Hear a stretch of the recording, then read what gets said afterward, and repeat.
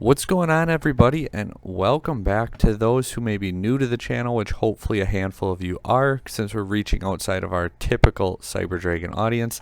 Yes, I know, longtime rogue player, picked up a meta deck finally, and we're actually liking it a lot. Played in 2 Dragon Rider Games tournaments.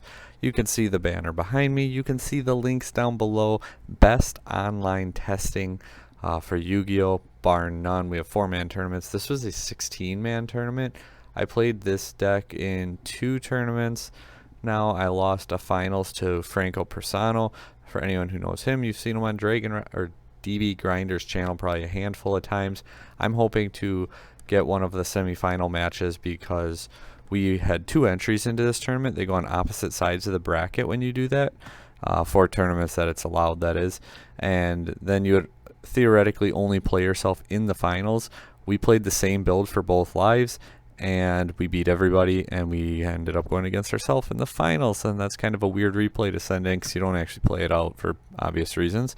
So we sent one semifinals match for DB Grinder and the other semifinals match to Yada. Links down below, official broadcast partner, that being Yada of the channel. But I have a few scenarios, or not necessarily scenarios, but just things I wanted to go over quick, like thought process in this tournament. This one, I mean, at the time I didn't know it was dinos. I had 2-0'd Dino, 2-0'd Striker, 2-0'd Kashtira, 2-1'd Kashtira, 2-0'd Tearlament, and 2-0'd Tearlament. Overall record is 12-1 in this tournament, so pretty nice overall. I just wanted to mention here, I see this way too much, like Special Summon Fenrir, and like I have Ash and Imperm. I've seen way too many people be like, oh, double hand trap, I can throw one at the first thing. Don't do that, especially when they lead off with Fenrir. If he led off with Unicorn, then I would be tempted to Imperm it because you have the Ash for the Papillas if you need to. But leading with Fenrir tells me he had no access to Unicorn. Obviously, it turns out he's playing Dinos, not Kashtira.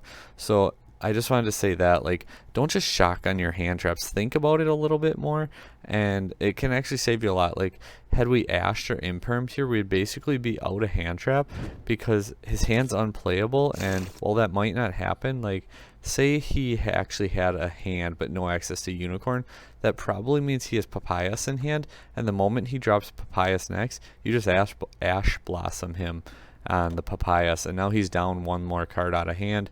That Ash, I mean, obviously you're down that card too, but it's not a big deal. You can save the Imperm for, say, Mind Hacker or a Rise Heart on your turn or whatever you think. Like, there's just no need to jump into it. So I'll bring up another scenario here in just a second. Kind of going hand in hand now with the first scenario. It's not shotgunning your hand traps. Like, we open Shifter, but that doesn't mean you have to necessarily throw it out there right away, especially with the format we're going into where Gamma might start to see some more play.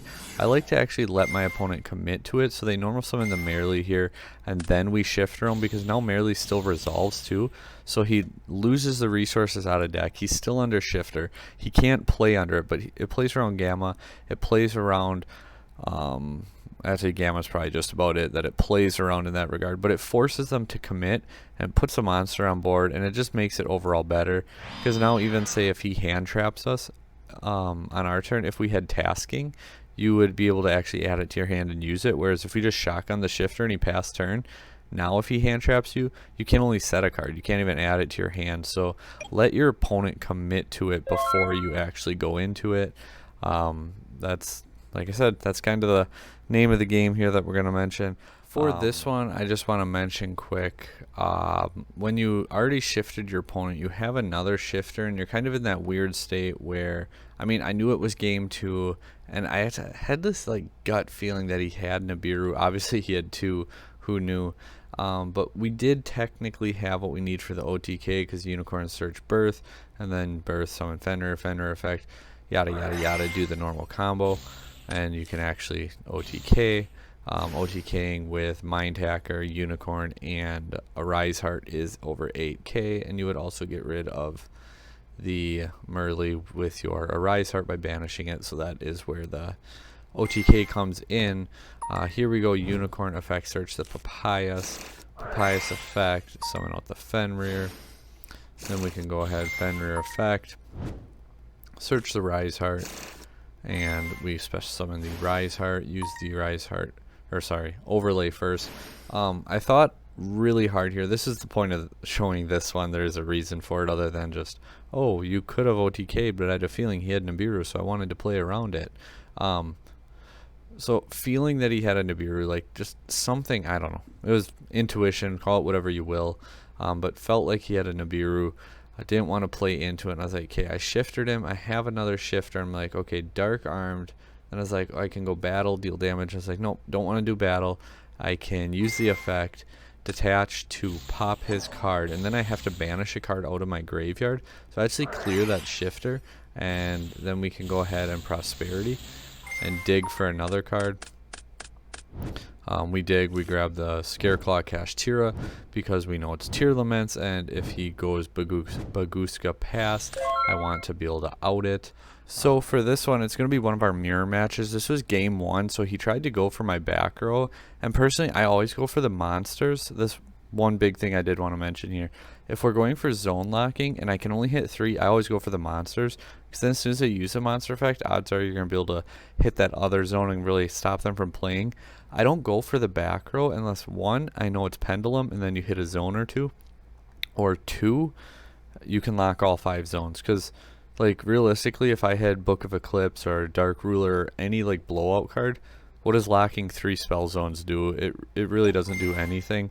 So making sure, like, I go for the monsters unless I can lock all 5 zones, and then I might go for the spells. I wanted to say here though too, like when you Lava Golem, it's like I've seen a lot of people on replays and on Dueling Book just be like, I need to free up my zones, and they hit the Shangri-La all the time with the Lava Golem. But it's like here, I mean, I don't have Prosperity, so the Mind Hacker is just kind of sitting there, but it's, you know, I don't know, it's, we can't a Rise Heart with the Shangri, or with the Mind Hacker, but you can with the Shangri-La. So I like to just try and think through your plays a little bit better. So Lava Golem, just really make sure you're not just impulsing on, like I said, freeing up your zones. Even if you hit 3 monster zones, you could play with these 3 zones to break that board. Like you don't have to unlock these 3 zones if you went for the monsters and be like, oh, I have to hit it. No, you don't. You can Lava Golem like we just did.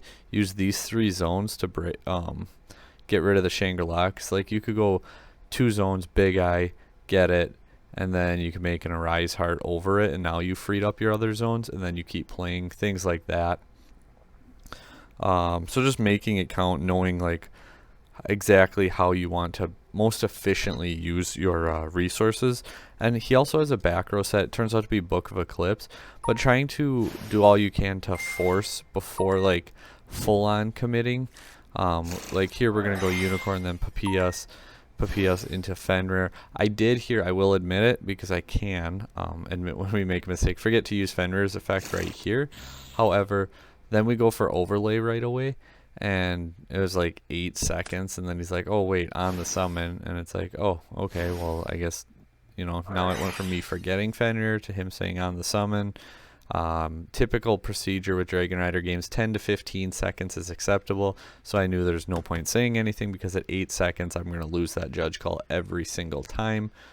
He does Book of Moon there then, so it's, I guess I don't really understand why he booked there, because even if I go into, I don't know, anything, Book of Moon's still going to handle the Xyz monsters, so realistically he could have waited a little bit longer, freed up my zones for me, and then we're just able to extend through because we have the Birth, so Scareclaw can banish the Fenrir, summon, Birth, bring it back, and then we end up going Big Eye to take it, and you know, the rest should be pretty self-explanatory. So game 2 against in the same match, I really wanted to show, like, Lancia is so good right now, but when do you use your Lancia? Personally, like, they go Unicorn. Realistically, I could have let him go, but I didn't want him to get to, like, Birth for the follow-up. Obviously, he has it already, so it's not going to matter. But then he does go into Scareclaw to get rid of the Ogre. I mean, it felt a little odd there, because, like, he could Birth, just summon one of them. I mean, I guess save it for more disruption later, if you will. Just felt a little odd. Shangri-La, and then he special summons the Rise Heart. When Rise Heart gets summoned before it can use its effect, because it banishes for cost, right here is the best time to drop Lancia, because they're committed to their board. Their resources are at the lowest possible outcome. All you're going to have to deal with is a special summon a Fenrir, most likely. And if your deck can't play through a single Fenrir, you're probably not going to win a whole lot anyway. So don't just Lancia right off the bat. This is the best time to Lancia them, right after Rise Heart gets summoned. And me personally, like with Prosperity, to try and play around my opponent's Lancia, if they're doing this properly, after I summon my 2, I always Prosperity, or I shouldn't say always, but usually Prosperity when I have the Unicorn and then usually the Fenrir on board. Before I even make the Shangri-La, that's where I Prosperity, because I feel like it's the least likely spot for my opponent to drop that Lancia. They'll probably do it at the Shangri-La or the Rise Heart. And I mean, technically you could do your Prosperity sooner too. It's not going to hurt anything. You just kind of want to deck thin as much as you can. So it's like if you go Unicorn, effect, search, Papias, summon Fenrir, effect, search, then your Prosperity. You deck thin as much as you can to see the power cards that you're going for, while hoping that your opponent's trying to make you commit to your board before they drop that Lancia, and then they don't turn off your Prosperity in the process. So this last one that I would just want to talk about real quick is situational awareness, and also not really ever giving up. As we can see here, we have Planet with Unicorn on field. We did already use Unicorn's field. We hit the Dragostapelia out of his extra deck. Then we have Tasking Papayas, Birth, Ash, Talent, Kashtira, Scareclaw. And then he actually took our Fenrir with an Asa on his first turn. Fenrir's still live. His Rukalos is still live. He just summoned the Havness, and he milled the Kelbeck. So he mills the Kelbeck. I don't really care about his Miller's Engrave because it's not going to matter for me. However, Argrave, as you'll see in a second, I'm on only 2 Arise Heart, and he milled both my Arise Heart, my Big Bang, a Planet, a Birth, 2 Fenrir because one's on his board, and 2 Unicorn. So I'm really, really low on resources. Like, I have Unicorn and Scareclaw here, so I literally have 1 name left in deck. It was really interesting, and I debated scooping, but I was like, he already knows what deck I'm on. I might as well just try this out a little bit and see what happens. And right here at this point, he has the Kelbeck, and he's going to mill 5 more. And I'm already really low on resources, and I was like, okay, do I Ash Blossom the Kelbeck? I even confirmed that he's only using Kelbeck because he also milled the Sheeran. I forget how or what he just did to mill a bunch, but he also milled, I know, the Sheeran and the Merly. So I'm like, okay, just Kelbeck. What do I do? Do I Ash it? And then I was like, I can't Ash it because he has Elf on board still, and then he summons the Merly, mills 3, and odds are I lose the game anyway. So I can't Ash here. So I kind of had to let the Kelbeck resolve. But had he not had the Merly Engrave, which actually he has 2, but had he not had a Merly Engrave for Elf to revive, I would have ashed that Kelbeck. But because he does have the Merly, it's like, I know you don't want to lose any more resources. We already got half our deck gone, but just don't throw your Ash at the Kelbeck just because you feel like you have to. And we actually play out of this. Kind of. It's pretty interesting. This is the replay that's on DB Grinder, or will be on DB Grinder when he gets around to it. So I'll let you guys go check that out for how the match actually finishes out. But I guess I'm saying, when you have your deck already revealed, especially, like, if they don't know your deck, scooping like at the end of a big board is perfectly acceptable. When they already know what deck you're playing and you lost that surprise factor, there's really no point in not at least just trying to see what you can't do. So let's go jump into the deck profile. So here was the deck that I ended up playing. We'll go through card by card, talk about it, talk about some changes, especially post ban list, because obviously this tournament was pre-ban list. It started about a week ago. Hopefully the little tidbit in the beginning of the video helps, just kind of, like I said, just my thought process going through these games, things I look for, things I watch for when I'm playing. For our monsters, we got triple Unicorn, triple Fenrir, 2 Rise Heart, and I went with the 1 Scareclaw. Spells, 3 Papayas, 3 Planet, 3 Birth. Then we also had our Big Bang, Terraforming, another one of the Feather Duster, Triple Prosperity. This section over here is kind of like, I mean, aside from Feather Duster, my deck core, if you will. So I mean, if Feather Duster wasn't in there, that's like the deck core over on that side. And then we ended up trying out Tasking and the one talent in the main. I only saw it once the whole tournament. Out of the 13 games, I only saw Tasking once. So I think it was only once at least. It's hard for me to really say. I mean, in theory, it's great because I'm playing 4 talent, I'm playing 6 prosperity, I'm playing 4 feather duster, I'm playing 7 copies of the field spell, basically 6 papayas. You know, with side deck, I'm playing 4 pointer, I'm playing 4 D-barrier, 4 evenly matched. Like, the card is just really, really nice in theory. But theory only works if you see the card. Ash Blossom, so good, so versatile, especially with branded now too. Like going into the new format, it's going to be very, very strong. Big thing that made me go towards this deck was maining Shifter and Golem, being able to go first or second. I just love the versatility of everything it offers. Yeah, so we main Shifter because we can, and this is still tier 0 tier elements format. And then we also made 3 Lava Golem because pretty much the same reason.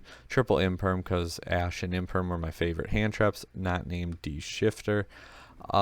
Things I would change. I was playing 3 Rise Heart originally, and I was like, I kind of, like, it's okay to open, it's not bad, but you don't need to open it. You get it through combo, it's searchable, and like, it's not really a crazy card to see in your hand anyway.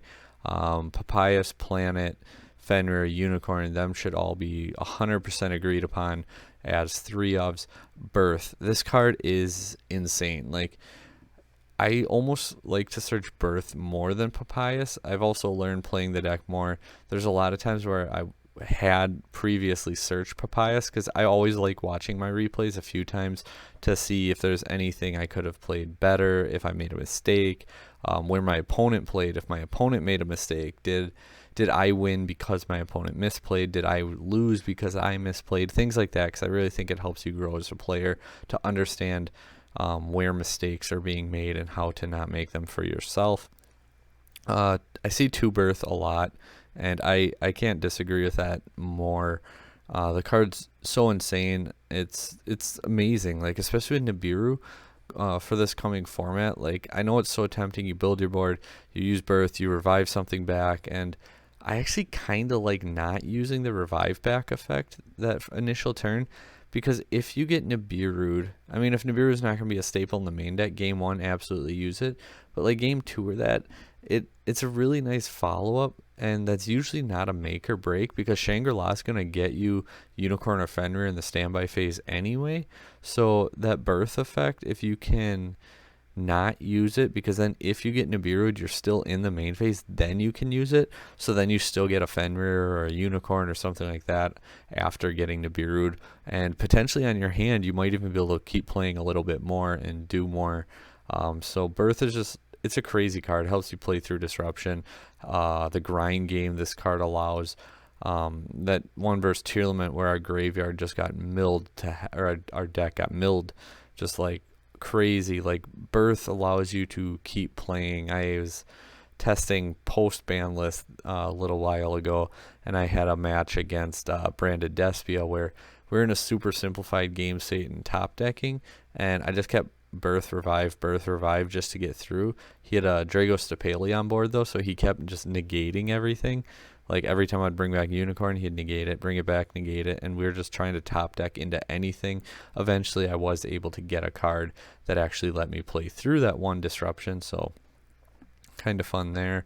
Prosperity, I've seen the 7-star sword, the draw 2 spell, and it's not good, guys. Like, sure, it's good when you have a full hand, when you're loaded on resources, but what do you do when you top deck it? What do you do on that off chance you don't have access to a level 7? What do you do when you have a level 7, but you don't want to get rid of it because you need it for your combo? Well, maybe I'll draw into 2 better cards. Yeah, maybe you will. And maybe you'll draw into absolutely nothing. Me personally, I'm going to dig 6 cards deep in my deck and grab that Appointer and grab that Judgment, grab that Anti-Spell. I'm not going to just try to draw the top 2 cards at the cost of having to get rid of resources that I also have on board, where I would rather keep those resources on my board. So I'm pretty against that card. On my other post, I had said, P.S. Ogre sucks. I did agree with that for the tier limits format, absolutely. Moving forward, I am working on a kind of spicy, not necessarily spicy build. The build's pretty similar to this, but the play style I'm working on, and in theory, is a lot different. It's kind of a Rise Heart control. It plays around Nibiru, it plays around Lava Golem, it plays a little more layered disruption, and like it forces your opponent, if they have like Dark Ruler or Book, to basically book a single Arise Heart, which kind of makes them feel bad, almost like, oh, I'm using this big blowout card to out one card instead of a big board. And then you still have like back row and hand disruptions to try to slow your opponent down. This, like I said, still theorizing it and working on exactly how I want to go about it. It's kind of like a Rise Heart control turn one, and then OTK them on the following turn. I think it's going to help us a lot because you only summon 4 times, plays around Nibiru. You only have 1 monster, plays around Lava Golem. Just working out the other other minor details. And possibly play Ogre in that one, because then Ogre can get you Big Bang.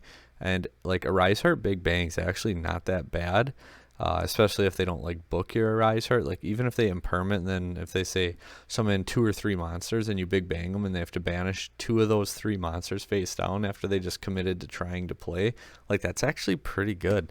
But yeah, so the main deck, I feel like not too out there as far as choices. A couple other changes I do want to test moving forward. If Shifter and Golem are worth it in the main, I have a hard time seeing that either of them won't be worth it in the main, because I mean Shifter is just insane, and Lava Golem also very, very good. Not many decks end on just 1 monster. Just kind of how the game is. Like not many decks end on just 1 monster. Even Floanderies now, like without Barrier Statue, you can Lava Golem them now, so it just becomes that much better.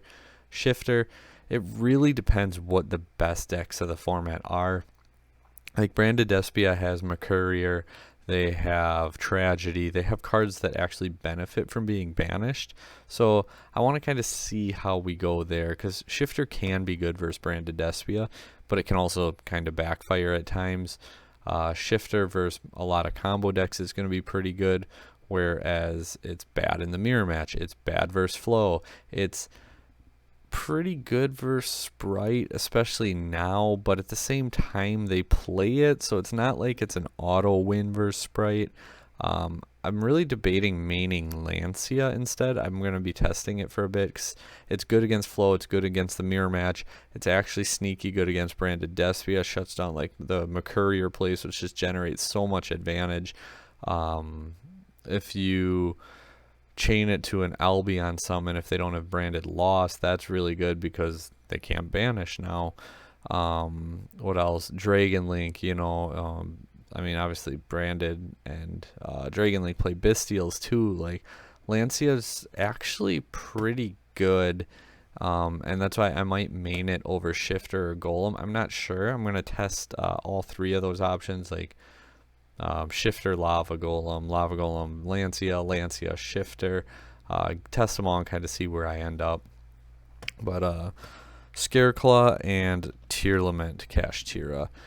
I only really wanted one of, and I went with Scareclaw because it outed Baguska, and this was again tier format, so outing Baguska was really nice. In Pure Kashtira, I feel like Tearlaments doesn't do a whole lot. I mean, making them mill under the Arise Heart so they get banished is pretty cool, but not really that great. However, moving forward, Tearlaments might be the better of the two, especially if Baguska's not seeing play. Like that's the main reason for Scareclaw is the Baguska. What else is there? Ogre in the Trap, kind of touched on that with my thoughts. Not a big fan in most builds, but you never know. Other builds, Adventure Package, Invoked Package. I don't really like giving up my space. Like I said, for the most part, this minus the Feather Duster is like the core, and these 16, like I really like 12 hand traps going second cards, and then like some, I don't want to call them consistency cards, but pseudo consistency going second blowout cards, because they double up as everything.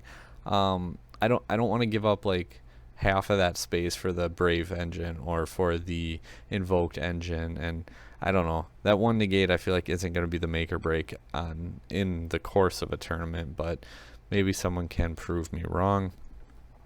Side deck, we had Lancia, Ibli. Card's insane until people respect it and play around it. And I've seen a lot of people in a lot of Facebook groups saying, oh, they're going away from playing Ibli, so then they're not prepared for it, which just makes Ibli infinitely better. Anti-spell was insane. We'll see what it does going forward. 3 Solemn Judgment, the Pointer. And since we're playing the tactics, we also have the 1 Barrier, 1 Evenly Matched. No need to play a whole bunch. Extra deck, 2 Shangri-La, 2 Arise Heart, 2 Mind Hacker. Really debating going to 1. The main reason we kept 2 is because that's a popular spot to get Nibiru'd, is on the first Mind Hacker. And if they rip 1, which personally I don't like ripping it, it just kind of feels very lackluster, and it feels like you're just behind 1 rip then, where your opponent can actually go after something that matters. 1 Mind Hacker, absolutely understand it. Tried it a little bit, but put it back in just for this to try it. Was on 1 Big Eye, put the second one back in. This card is crazy. I think I won 4 or 5 games because of Big Eye, so I really can't see myself taking the second one back out. Dark Armed, this card was really nice because it allowed us to, well, shift our opponent twice since we couldn't go for a game anyway. And yeah, so like, I don't know, you can attack with it unlike the Draco Sack. I like Draco Sack because it outs Floodgates though, so if we go into a Floodgate format, Draco Sack is going to be that much better. I'm playing online tournaments, so I don't need Time Card, but there's, instead of Red Eye's Flare, it does take the a spot in your side deck, but I actually like the Arsenal Falcon instead, that summons a level 4 Raid Raptor who can burn your opponent, just because with Flare you summon it, and what if your opponent just doesn't use any effect and now you get a draw because of it? Like, I want a card that proactively burns my opponent instead of hope my opponent uses a card when they know using that card is going to lose them the game. Double Zeus, because you don't want to get 1 ripped and the card's just crazy. 2 Lingaribo, the 1 Almirage for the Ibli package. We'll see what happens with that on if we keep going. I did play the Goliath a bunch in testing. I needed space, took it out, and honestly, I did not miss it at all. If a lot of people play bigger board breakers, maybe then we'll talk about putting it back in. Essentially, you banish Infinitrack Goliath with the Prosperity, and then Arise Heart can attach it to protect itself from destruction. Donner, card's crazy in the mirror match. It just clears your board, even outside the mirror match, and also pops an opponent's card. So that's kind of everything. Hopefully I didn't talk your ear off too much and things made sense. If you do have questions, anything like that, let me know down below, and let's go on into the new format, guys. Let's get it.